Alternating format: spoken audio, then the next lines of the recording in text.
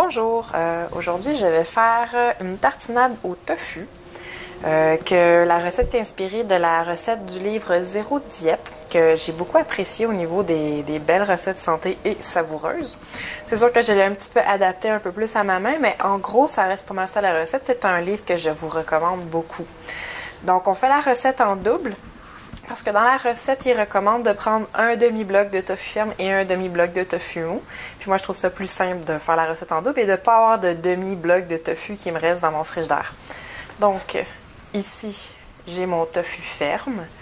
Il y a des gens qui vont presser leur tofu ferme. Des fois, quand je suis motivée, je le fais. Sinon, je le fais tel quel. Puis j'ai généralement des bons résultats avec ça aussi. Et on va envoyer ça dans le robot culinaire. Si vous avez un bon blender, ça peut probablement être fait au blender aussi, mais le robot culinaire est l'idéal. Sinon, ben, vous pouvez tout déchiqueter à la main. Ici, on a le tofu mou morinu. C'est un tofu qui est extrêmement mou, donc qui est très le fun pour faire des smoothies. Mais quand on le... Il est vraiment très gélatineux. Mais il fait du bon travail. Donc, dans la recette, on a aussi besoin de une gousse d'ail par recette, donc 2 pour la recette double.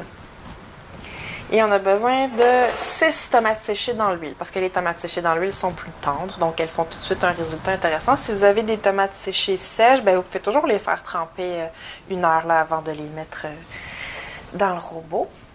Et les tomates séchées dans l'huile, ben, on essaie de les drainer un peu avant de les envoyer. Ça demandait aussi...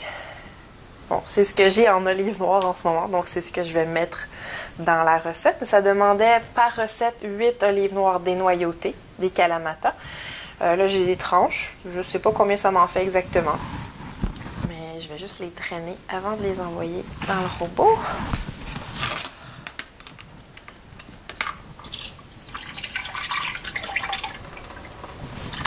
J'aurais dû les drainer avant. J'apprends encore. Ensuite de ça, pour une recette simple, c'est le jus d'un demi-citron. Donc le jus de 1 citron pour une recette double. Que je filtre aussi.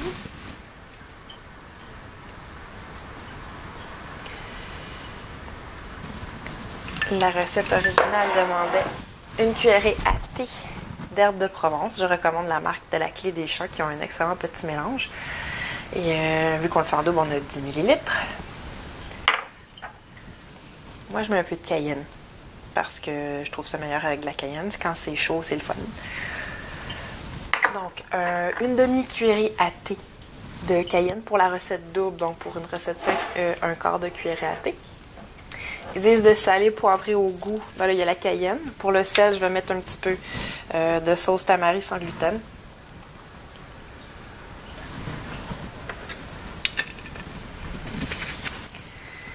Et moi, je trouvais que la recette manquait un petit peu d'acidité, donc j'ajoute un petit peu de vinaigre de cidre bio. Parce que je trouve ça le fun quand ça gratte un peu plus qu'avec juste le citron. Et ça demandait 3 cuillerées à soupe de mayonnaise. Donc, quand on est vegan, on peut prendre la sauce mayonnaise vegan qui est très bonne. On fait vraiment pas la différence. Celle-là en particulier est sans soya. On pourrait discuter le fait de prendre une mayonnaise sans soya dans un plat à base de tofu. Mais bon, c'est la mayonnaise que j'ai, donc c'est celle que je vais prendre. Puis, vu qu'elle est double, ben, on va faire plus une demi-tasse de mayo.